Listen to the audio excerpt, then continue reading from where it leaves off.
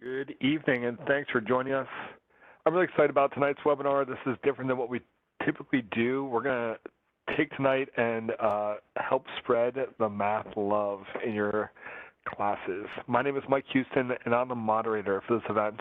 I teach algebra and calculus near Pittsburgh, where I use TI technology to make tough-to-teach, tough-to-learn concepts accessible to all my students.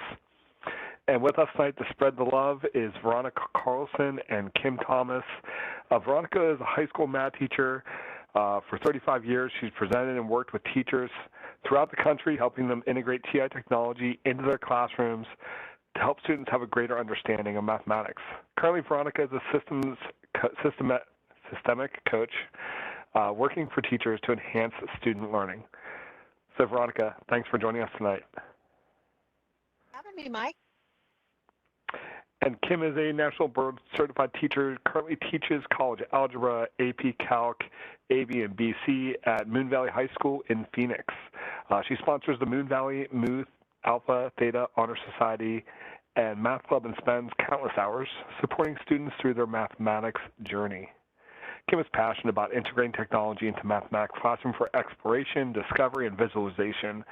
In addition to teaching, Kim works with the math teachers in a variety of professional development environments and is a member of her school specialist team as a Title I coordinator supporting students and teachers as well.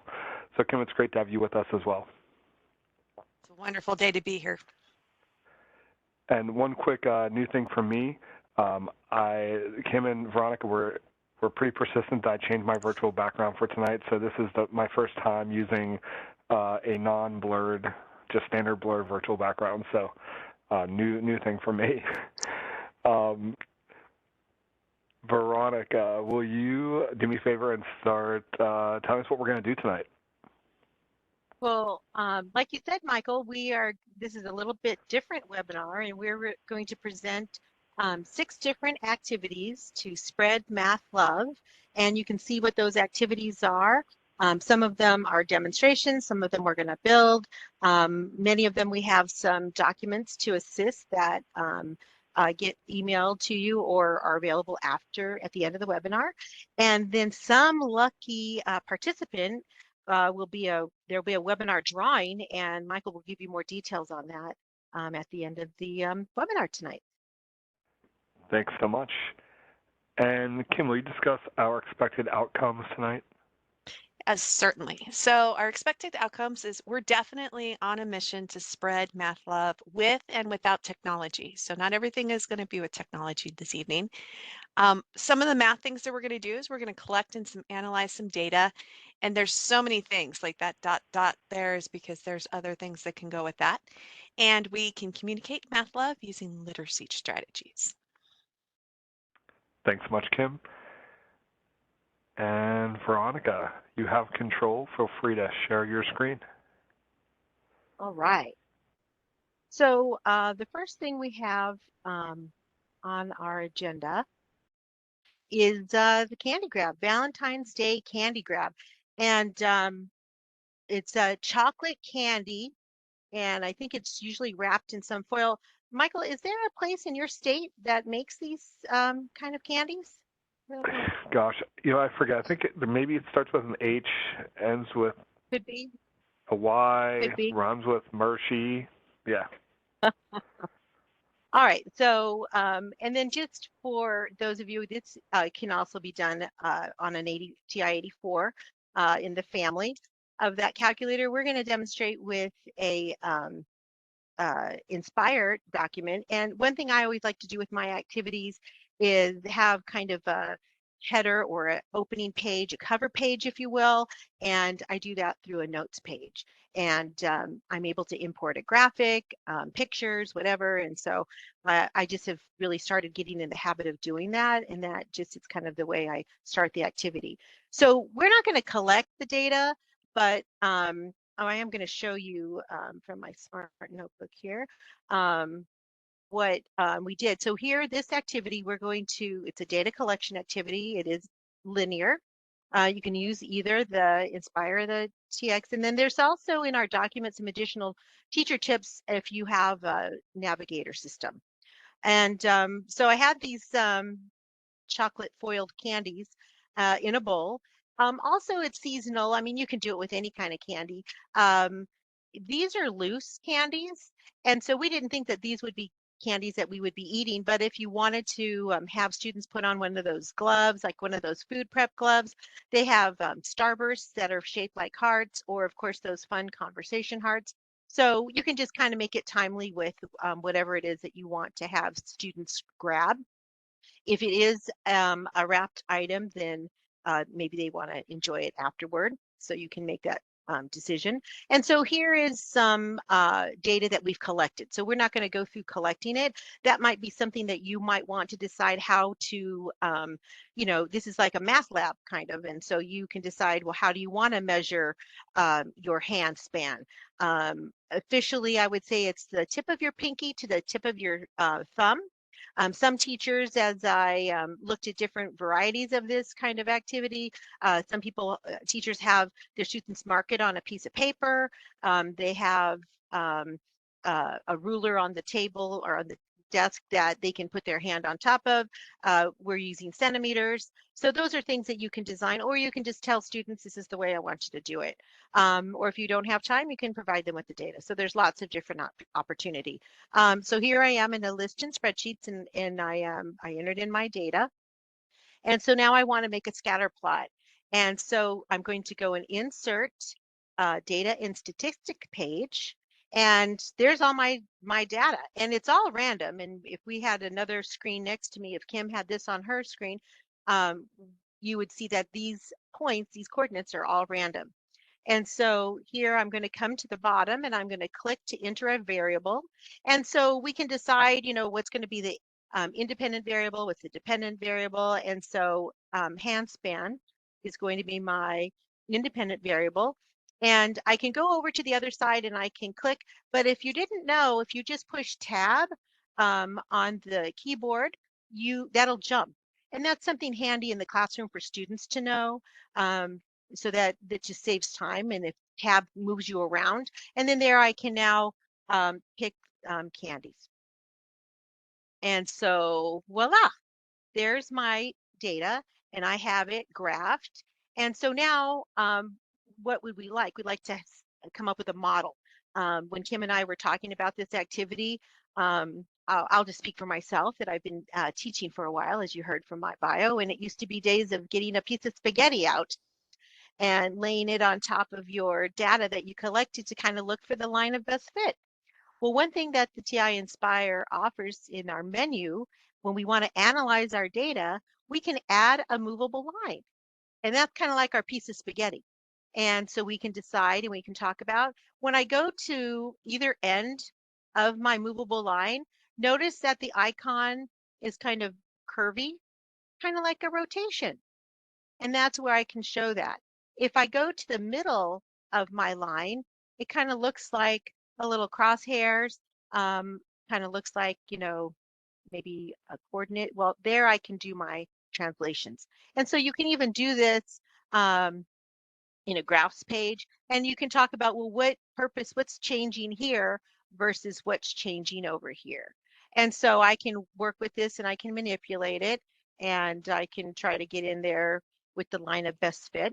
And so I'm going to say that's looking pretty good. But then I can also go into my menu and I can analyze and I can find the regression. So if this is, for instance, a statistics class, I can go in here and I can do a regression. If it was, I think I would be using this one, but I'm using this in my Algebra 1 class. And so here is the regression. So that my movable line is there, and here's what my movable line was. So there's that. Now, one other thing that I don't know if people know is I can also, I'm going to just jot these numbers down real quick, 3.7, 3.8, and negative 54. So what we can do is I can go back to menu, and in Analyze, I can go get a plot function. So in the plot function now, I can type in what I have for this function, for the function that I got from my linear regression. And so I have 3.8, minus 54. Okay, enter. So now I have my plot function. I have a variable there. So I can add a graphs page. And in here, I can enter in, or excuse me, I don't have to enter it in. It's already here. I can just go. So let me do that again, just so you can see what happens. Is I added a graphs page. It came up, and when it came to the page, it shows f of 2. So that means I have an f of 1. So I'm going to arrow up, and there's where my f of 1 is. That's the same function that's over here that I typed in. So that's the beauty of an Nspire document, is each page correlates and works with each other. And so now I'm going to arrow back up again, and I'm going to turn that on. I have to push tab, and I can turn that on, and then I want to graph it. Enter. Now, I'm not seeing anything. Why am I not seeing anything? Well, this is my going from -10 to 10, -6 to 6. So I can go and adjust my window. And so over here, I can go to menu. I can go to graph. Oh, excuse me. I can go to window to adjust my window. And I have some window settings here. And I need to get my window settings. Kim, do you by any chance have those window settings right there? Let's see. I'm gonna go with, I don't have them right off the hand, but I'm gonna go with um I got them. let's see, X-Men. I'm gonna go with -3 to, Yeah. let's see, our Oops. independent variable was our hand span, so I'm gonna go with 30 for my X max. And then our candies, I'm gonna put -5, and I'm gonna go with 40. I think that's probably too much, but we'll see. Mm-hmm. And having kids kind of guess that, and when they've really taken this data and looked at it, they would have a better handle on some things. I have did this activity yesterday with my kids, so I'm kind of using the numbers that came in with my classroom. But with seniors, I can tell you the data was a little bit different than our first data that we are sharing with you. Mainly because I have lots of different basketball players and football players in the room, and piano players, and they could grab some candy. Yeah, I bet. So we could even talk about outliers. All right, Yes. so here is my function, and I have it, and I've relatively seen this on my piece of paper. And that's one thing to think about, is what size does my graph area need to be? I used to think about it as, have my students think about it as, what size does my piece of paper have to be that I want to graph these things on? So another thing that's really cool is, and here in a coordinate plane, sometimes teachers and students feel a little more comfortable than in a scatter plot, or then over here in this type of a graph situation. But one thing that I can do is I can turn the plots on. And so menu, and then is this in the entry exit edit? I can put in a scatter plot. And then so now, where are these variables? Well, in my variable key, when I do that data in statistics, that shows up there. And so what is my X variable? What's my independent variable? That was hand span. And I can go down. And then now in my variable key, whoops, did I not move? Okay, take two, graph entry, scatter plot. All right, here I have now my hand span. Enter. I'm going to go down, and I'm going to go grab handies. Enter. You can also type it in too. And I can type it in too. Yep. And I think that's pretty cool. And so that's now, maybe that makes a little bit more sense. And that's something that I don't know if everybody realizes. Certainly Kim and I, when we were planning, we talked about what are things that are not as popular that you can see on the, what are some other components of the TI-Nspire software that you can use in your classroom. So Kim, any other comments? Just an extension, or not really an extension, but a thing that really kind of hit home with kids too. We put this situation into a context and a physical context that they've used. So really looking at the units of the slope and the units of the rate of change is key to understanding some things, especially in upper level mathematics when we have to work with that. And one thing that was kind of interesting, I was going around having my students do this activity, and there was a group of kids that immediately compared their ratio of candies to centimeters, and just to see who was better. And so it was kind of, we didn't even have all the data collected, and they were already looking at ratios. And again, this was with seniors, so they've had a lot more mathematics than some other students. But I thought that was a great thing to even do before we even put all the data together, that I had not thought of had I not been listening to them. So it was real fun. That's awesome. And so if you only had one person to do that candy grab activity, you'd want that group would pick the or the out of your class, the group that they'd want to go was the one that had the most candy there with the highest ratio. So awesome. Absolutely. All right. Kim, I think you have an activity to share next. I do. And I'm sharing Math Love with you right now. Okay. So I'm going to share my screen here. And I'm going to go back over to here. So we have lots of activities. And one thing that I think is real important with students is to actually share other different types of mathematics, even if it might not be in this year's curriculum, as long as they can reach it. And the fact that we have technology here to use, we can definitely access other things. So I'm going to start with my TI-Nspire, but then I'm going to gear over to my TI-84. So I'm going to do kind of the same thing on both of these calculators. On my TI-Nspire, I'm starting with a brand new screen, and I'm going to go ahead and press graph. And it's students kind of take this for granted. There's a y equals there. There's an f of x equals there, but what is that? And so one thing we can do is we can go into our menu on our Nspire, and there's this graph entry line. And our graph entry line has all of these things. And I don't know if students have ever asked me what those things are, because they probably don't look at it as a graph entry line. But now that we've already done a scatter plot, there might be a need for them to ask, well, what's polar? What's parametrics? What are these equation templates? I do use relations a lot in my classes, so they know what a relation is. And so we're going to go ahead and select polar. And as we're spreading math love, our love is eternal. And what is the one geometric shape that represents eternity? Any ideas? You want to answer, Veronica? Is anyone saying in there? Don't see anything happening in the chat, but I'm going to guess, would that be a cardioid?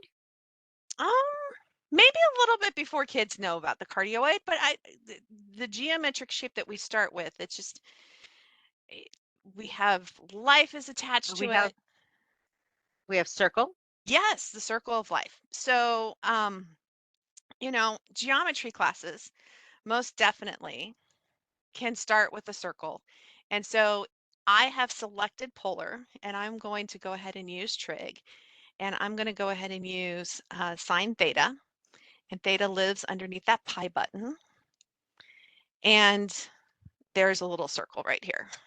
And so we have the circle of life. It's eternal. It's a symbol of a ring. And since we're in Valentine's Day, we could be talking about some of those things and some of those symbols that are there, because I understand we're going to do some poetry maybe at the end. So we have our circle here. And is there anything I can do with this circle? So I'm going to double click in that. And one thing that is really nice with the TI-Nspire is that it is really easy for anyone to create a slider. So what I've done is I've edited this, and I'm going to do a times sine of theta.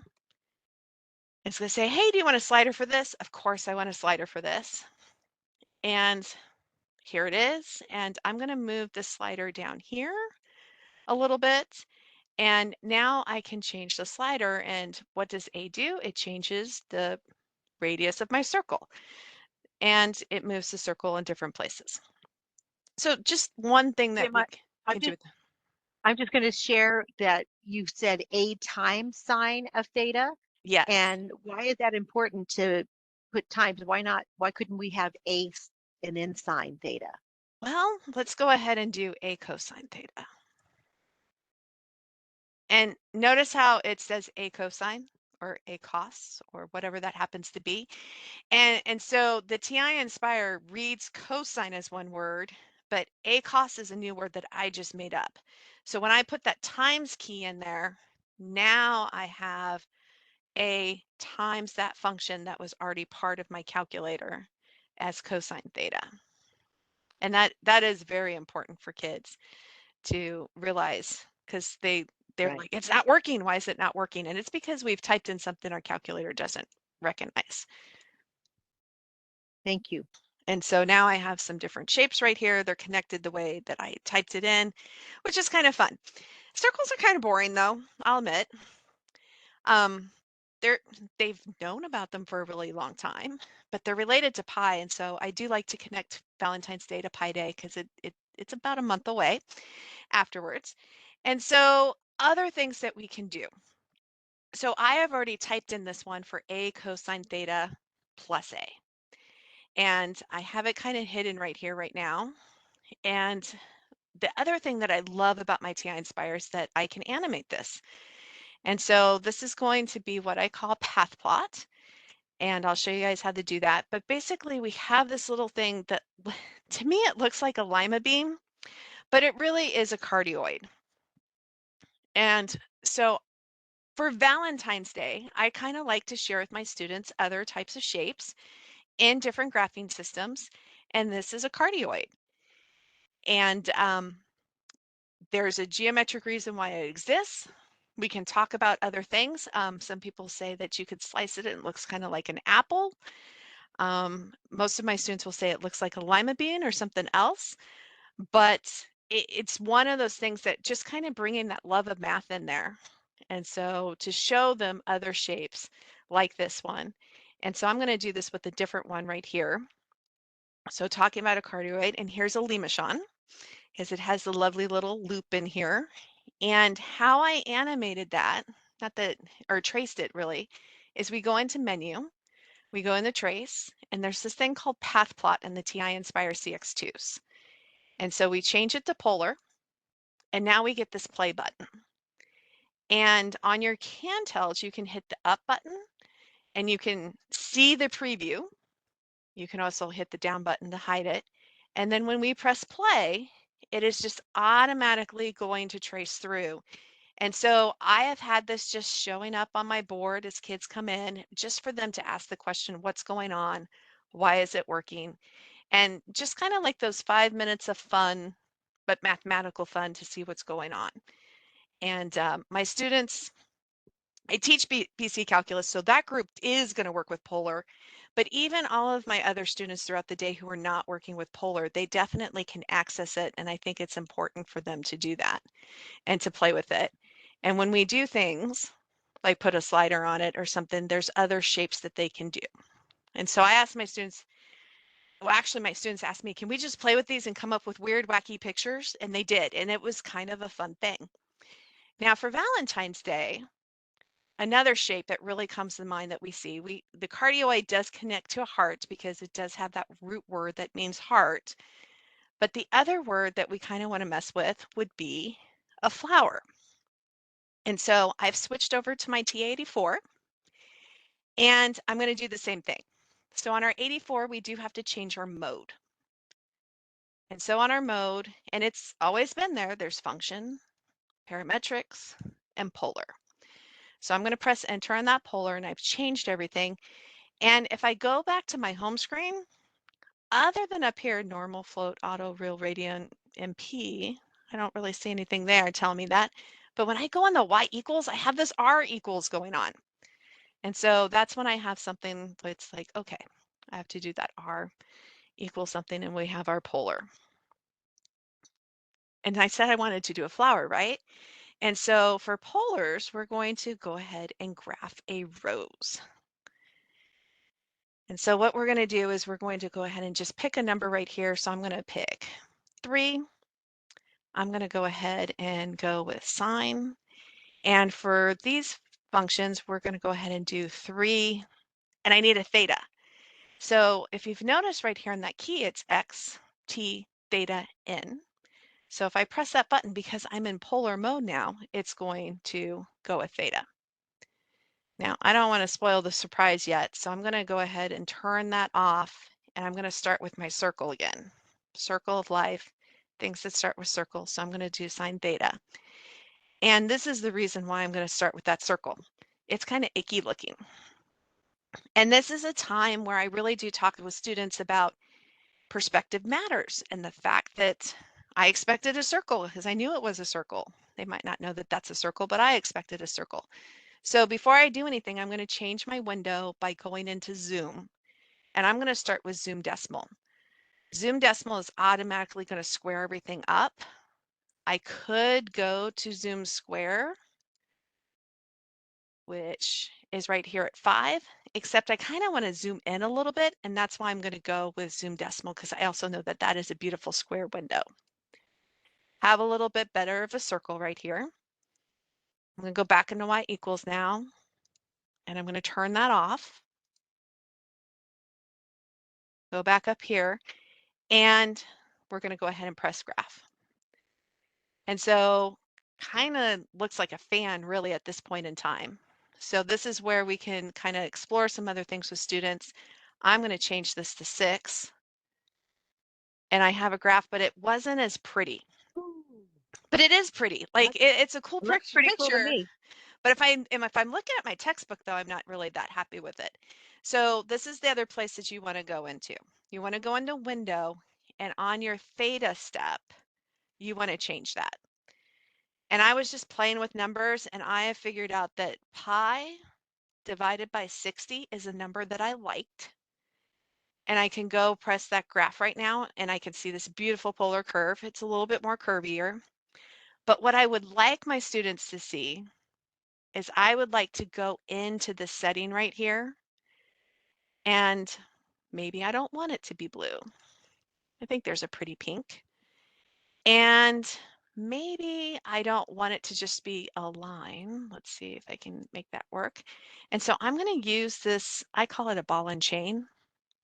I don't know if it actually has it's kind of like a tracer feature, maybe. And then when I hit enter and go back to graph, now I can see the whole thing graph. And that animation tells me that movement for those plots. And we can explore, how do you get more petals? How do you get less petals? And then we can just move on. So I can tell you that the cardioid is great because I want to kind of give them some math words and also kind of connect to other languages, but they really like the flowers, which this would be our rose. You're getting lots of positive comment, Kim, that Yay! wows, and someone said that's awesome, and someone said it was a 3-leaf rose. Now, obviously, you made some changes here. Looking good.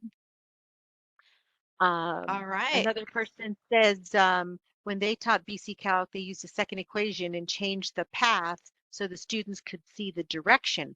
But when you animated it and we used that ball and chain feature of the animation, we saw the direction from that. So that was really a nice feature with that graphing tool. I see someone else is looking for infinity, and that is also another one that we can show them the lemniscate, which is also fun too. So we'll leave that for a little bit later. Because I know Veronica has another thing that we need to talk about. Don't we have to talk about personalities now? Yes, All yes, right. we're talking about personalities now. All So right. are you passing it to me? I am. All Hopefully it right, and worked. I am sharing. Yeah. All right. So here we are in the Valentine's Day grab, and what I love are card sorts, and so I called this one personality matchup, and I'm sharing this document with you, and this one is what Kim and I really do is we like using our TI-Nspire to help make the cards that we use in these card sorts. Card sorts really engage student in conversation. I use pairs of 2.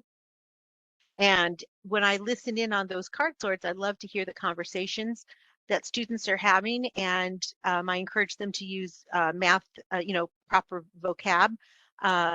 So they're using those mathematical terms.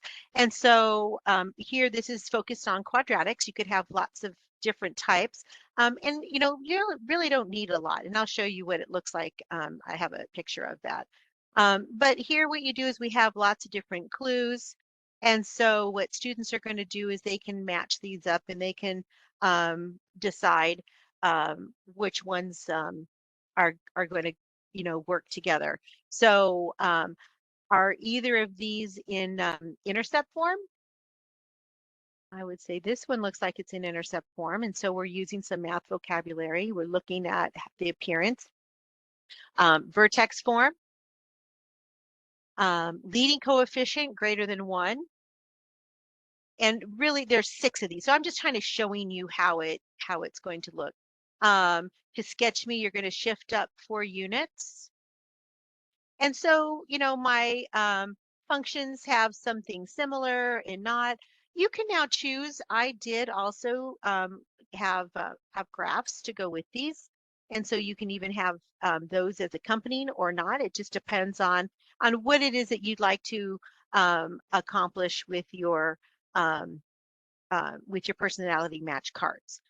So here's what it looks like. I have it kind of spread out. And so in this instance, I don't have an even number for each one. And sometimes kids don't like that. They really want it to all be even. Well, how many should every graph have? Maybe you want to do it with just the functions and then add the graphs to it. So lots of different things that you can do. But each function has a different personality. This one here, this personality trait is shared among 2. So you could do things like that too.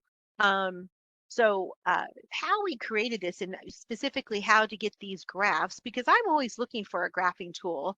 And so I'm going to go into my TI-Nspire. And so I've already pre-graphed all of these things. And there's a couple of different things that I just want to point out to you, and you can experiment with them. I definitely feel that it's helpful to have the grid on. And I like to have these axes a little bit darker. And so what I did is I graphed a line on top of it. And so you can see that I've made it a little bit darker. I'm going to undo that so it stays. And that's the same thing I did here. So just in case you're not aware, you can go in and change the attributes of a function. And you can change the color. And so I'll go to red just to make a change. My function is flashing because that means it's still selected. So I can click over here to unselect it. Now I can also, it looks a little bit thicker than normal. And so I can change here and I can go to attributes. I'm right clicking, or if I was using my handheld, that would be the context menu of control menu. So that little symbol above menu is the context menu. And so I can go to attributes, and over here, I have it as thick. I can change it to medium. I can change it to thin. Thin is the default. That's how it comes. But again, I'm shrinking these down and I'm copying them with my school copier. And I want to see how, I want it to show up a little darker. The other thing I can do is I can go change the line style. Sometimes it's nice to have the parent function in the background and then have transformations working around it. And that helps students to see what those translations were or what those transformations were. So those are a couple of different things that you can do for the attributes. I'm going to go back to continuous. And when I'm in a tool and I'm done with it, I can escape and then I'm out of that tool. And I don't know if you're aware or you've used document preview over here, but I can change it to a computer screen. And that looks a little different. And sometimes when I want to copy this screen, I can go to my camera and I can go capture a page. Notice that there's a shortcut of Control J. And when I capture the page, I can see here at the bottom, it says, okay, screen capture is taken. I can go view it. but I know I've copied it. So then I can go to my document. I'll just insert another Smart Notebook page, and I can go in and I can paste it. And there it came in like ginormous. So then I'm going to push Shift and I'm going to just shrink it down. I can put it in my Word document. I can have it set up there, and that's what I'll be sharing with you, the Word document that has all of these graphs. Now, one other thing that Kim has also mentioned when we were planning this together, and I don't know if you know this or not, but you can print your TNS file pages, just like you would in a PowerPoint. It comes up with like those little slides. And so here you can use your snip or your grab, and you could go and just go and take that. And here's a new one. And I could go and just snip that. Be very careful. And whoops, I don't want problem up there, but you get the idea. And then now I can save it. I can copy it. I can do whatever I want with it. Um, and then lastly, I just want to show you that I really don't want that function on there. And so when I right click on that label, I can hide it. But I'm keeping this as just a TNS file in case I want to make another one, or I want to print it again or adjust it or change a function. I can use it as my base. So anyways, personality match, it's a card sort activity. It'll be shared at the end of this webinar, and it is in Doc. I've given you that gift so you can change it and modify it and use it as a template if you want. So Kim, any comments on Um, no, I don't see anything from that. that? But I did mention to everybody that if you use your 84 emulator software, same idea. You're going to create a graph, your pretty Yep. grid that you want to use, and then you're just going to copy it over to whatever your document.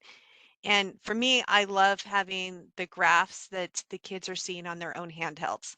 And I think that that is important for them to be able to match up. It's also important to, look at differences as well, but we do like to see a match up. All righty, so we're transitioning you again, and I am going to turn on the chat this time.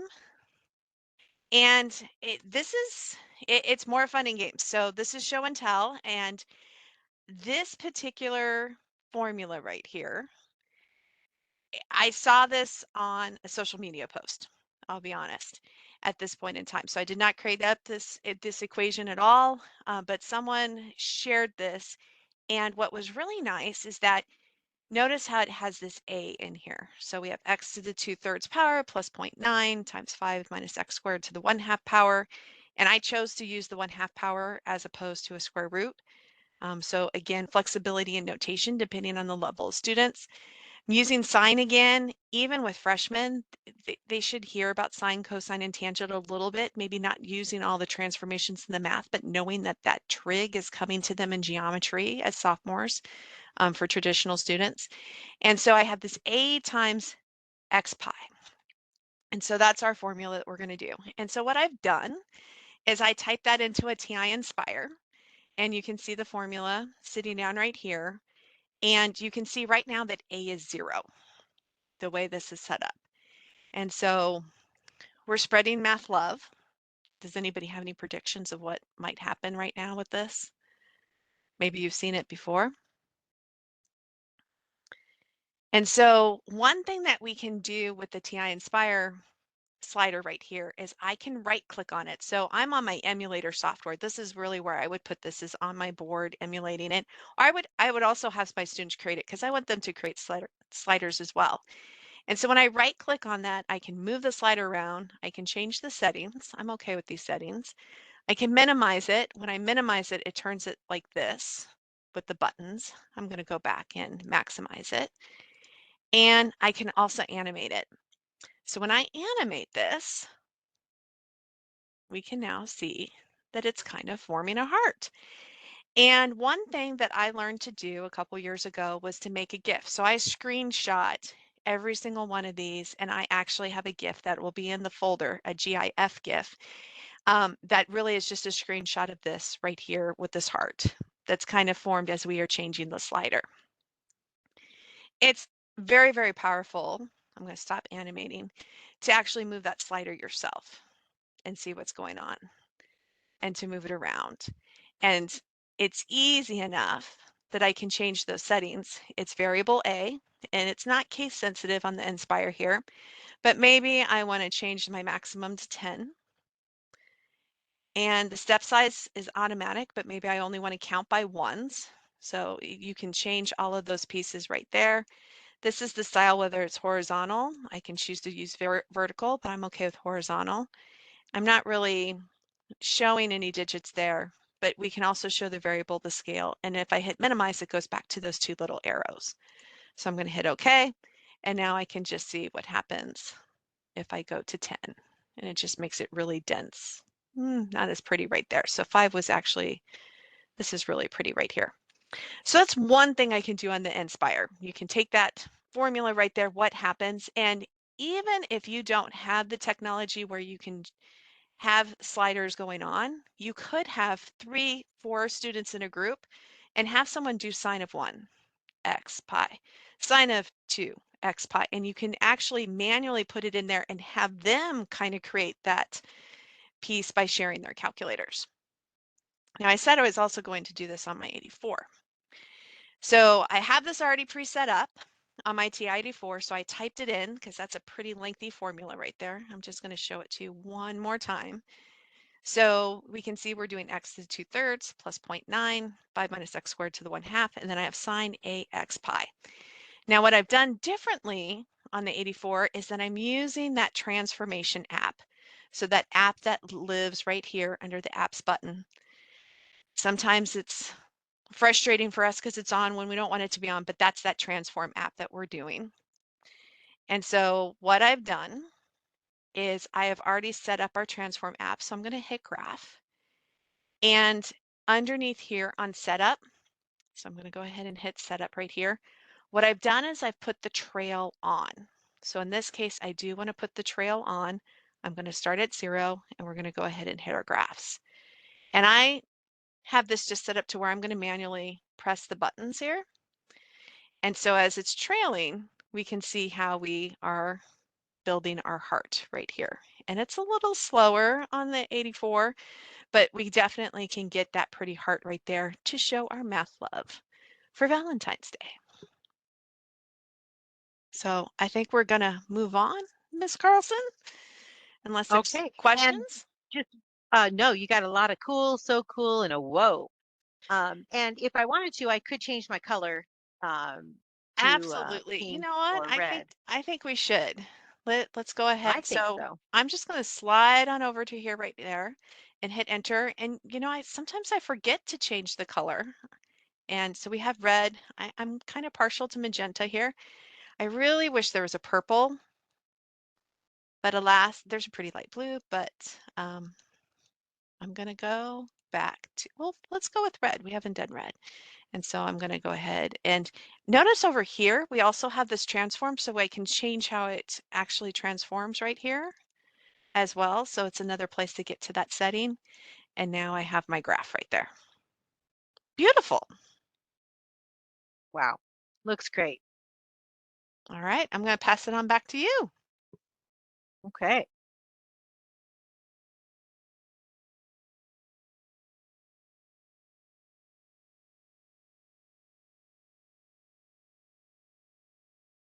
There's a little lag there.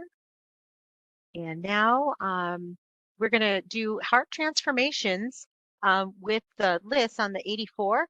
And you could do this also on your TI-Nspire, but I chose to demonstrate it on the 84. And just to save time, I have already entered in my data. So I'm going to go here to my stat edit, and there's my data. And this too is on a document, and that data is on that document for you that you can go and you can copy or use, make it your own. And so I now want to see this in a scatter plot. So I'm going to go second y equals to get to my scatter plot. And number 1, I'm going to go and I'm going to turn it on. And I'm going to make this connected. I would like to see my heart connected. So I'm going to enter there. My information is in list 1 and list 2. And I'm going to change this symbol so that it's going to be kind of smooth and connected. So I'm going to push enter there. And since I'm right here, handy dandy, I'm going to change that color and I'm going to make it red. Now, I do need to think about what size is my graphing window going to be. So I'll just show you the data again really quick.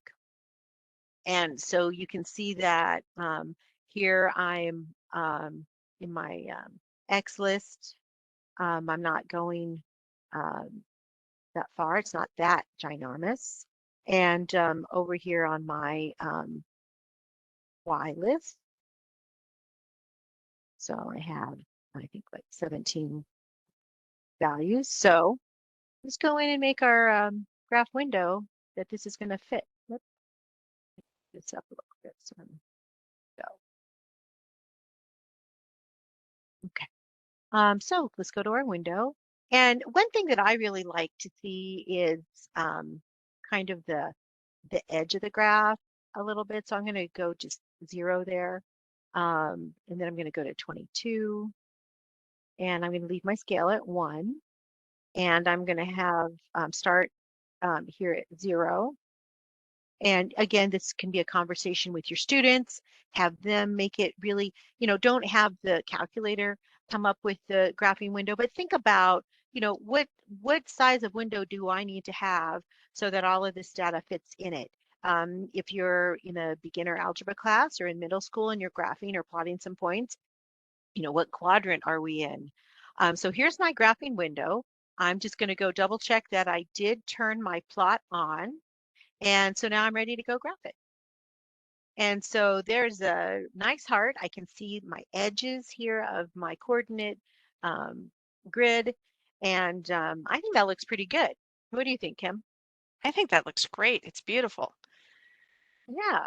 And I that I made it a remember little challenge. plotting those on just graph paper. Like, let's go find this Yeah. coordinate, plot. Go find this coordinate and plot. So beautiful right there. Okay, so now I want to change my window. Instead of just seeing it nice and big in quadrant 1, I want to have 4 quadrants. So I'm going to come over here and I'm going to adjust it. And really, I'm going to make it go to -22 and then to 22. But I'm going to, just so we don't see a lot of things, I'm going to have my scale and move it to 2. And now I'm going to go -16 to 16. And change my scale again to 2. Okay, so let's see how that looks. Okay, so now I have some real estate on my graphing window that I want to do some transformations with this. And so we can do reflections, we could do rotations, um, we can do all in the sheet that I have provided for you. It has translations, has all kinds of things, dilations and different uh, things that the challenges for the students to do. So let's do a dilation. So I'm going to come over here in my stat edit, and the key thing is to have that information in list 1 and list 2, and I'm not going to disturb it. That's kind of like the original right there. So now I'm going to go into list 3, and I'm going to go up to the very top, and that's where it's like a formula. Think of like kind of in an Excel spreadsheet. That's the formula for it. And in there, I'm going to now go 0.5, and I'm going to go get list 1. So this is going to be now for another plot, and these will be my X values. These are my X values here. So I'm going to go second, list 1, and then I can enter, and then voila, it does all the calculations for me. And so I'm going to go to the top of list 4, and I'm going to do the same thing for my Y list. And so 0.5, and then second, list 2, enter, and voila. And so let's see what happens when I do that. And oops, I have to go turn on my scatter plot. So I have plot 1 on, but I need to go turn on plot number 2. So nothing happened, so that's why I have to go turn it on. And then I'm going to change the plot type. I'm going to make it connected. Now, where am I reading from? I'm reading from list 3 and list 4. I want to make my dot, my mark, small, complete. My first one I made red. So do I have some other options? And that I have to say, ladies and gentlemen, is my favorite, the magenta. Okay, so I've made all those changes and I'm going to go and graph. I'm in plot 2, making these adjustments. And now let's see. And oh, what a cute little baby graph, a little baby heart. So I can go and move that around. You can challenge the students. Can you move it and translate it so it's in the center of the heart? Lots of different things that you can do with it. One thing I want to show you, in case you're not aware, is here in my actions, I can save this emulator state. So if I wanted to have the file preset like I did this evening, I can have that in there. I can have everything preset, but I wanted to show how I got some of those things ahead of time. But I will load an emulator state. And the thing that you have to do is make sure when you save it, where is it? And here I'm going to load my emulator state from another time. And it's going to say, hey, are you sure you want to do that? Yeah, load it up. And so there I could challenge students to translate that heart and to have it in 3 quadrants. I can't have it in all 4 quadrants because over here in my stat plot, I only have 3 plots. But that's still a lot of challenges and fun. And like Kim said, we can always go into our screen capture and then I can go and I can copy it. I can right click, copy it. I can go to my Word document, my piece of paper, whatever. I can go and make a Valentine with that. So any comments on that, Kim? I'm not seeing anything, but what a fun Okay. activity. And even, Yeah. a challenge could be, have your students make a picture and then, with simple connecting the dots that could be there. I think you're going to stay where you're at right now because we're going to switch to Math-entines. Oh, okay. I handed it over to you, but I'm Yeah. you've got to give it back to me. Oh, I do. Okay. So let me, Sorry. no, that's okay. We are assigned privileges. Nope. Of course, I'm not there. So let's just do it this way. I know how to find it this way. Okay, I'm presenter. Good. Share. So I moved too quick. I didn't know if you wanted to run through that other thing quickly. Okay, back to my smart notebook. Whoops, I was in smart notebook. Okay, heart transformations. Lots of fun with that. And so Kim and I were doing this activity. We were each doing this activity and we didn't really know it until we started talking about it. And this is many, many, many years ago. And so I have always had my students around Valentine's write a math-entine. And the math-entine has to be certain, there's a certain rules that they have to follow. And I've shared mine. And Kim, we need to share yours too because you add some more to make it a little bit more specific. But I love making a bulletin board about it. And here's one from one year, here's another year. And you can see students are creating a math-entine and they have to identify math terms. And we really added that it needs to be terms that they're using in their course. So a freshman in Algebra 1 probably is not going to talk about a derivative. Unless they really are, if they're in Algebra 1. If they're in Calculus as a freshman, different story. We like to have them identify their word, their mathematical terms, and we like them to have some kind of an artistic presentation with that. And Kim has Yeah, a limit as to the size. Go ahead. I was going to say, and I've had students with their software, especially now that we have online software, where they have made some of these images that we have done on our calculators and modeled for you today. to where they've printed it up and put that as part of their Math-entine card, which That's so really cool. is great. You know, students have come up to me, will you print this out for me? Because I made it on my calculator and I need to put it on my card. So lots of artistic presentation options for students now over the years. Yeah. And the other thing is that I do provide if students need something, if they want a colored paper, I'm not going to Michael's and buying foamy hearts for them, but if they need some paper and they want some different colored paper or they need some markers for embellishment, I help provide them with things like that. Um, but and you know, mine are if they want to handwrite it or they want to type it up. This is on foamy and made it into like a card. And I'm not going to read it to you, but uh, you can have fun with that. And that's truly one of my most favorite activities is our Math-entines. Kim, do you want to add anything else with Math-entines? I can tell you that students have a lot of fun with it once they start it. There's always a few that don't. And Miss Carlson doesn't like this, but I have allowed my students to do anti-tines as long as they use the appropriate math language. So Yes, they can use their negatives and they can use their inverses and their inverse operations. And I've had some that have been really good in the past, but they can't be hating on math. That's the difference. So they can have an anti-tine because not everyone that's has right. a math love at this point in time. But and that has also been fun to kind of bring in that language and to develop language for students.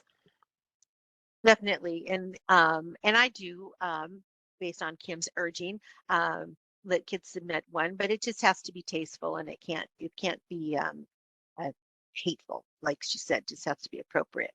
The other thing is in math chat class, we really don't have the opportunity to get up in front of the class. And so I encourage my students to read it out loud, and I do give them some extra credit points. Now, you know, in a math class, when we have so many assignments and so many things, I know some people are not into extra credit, and you're going to make it how you want to. But I did that as a little extra encouragement so then that they would read it and present it in front of the class.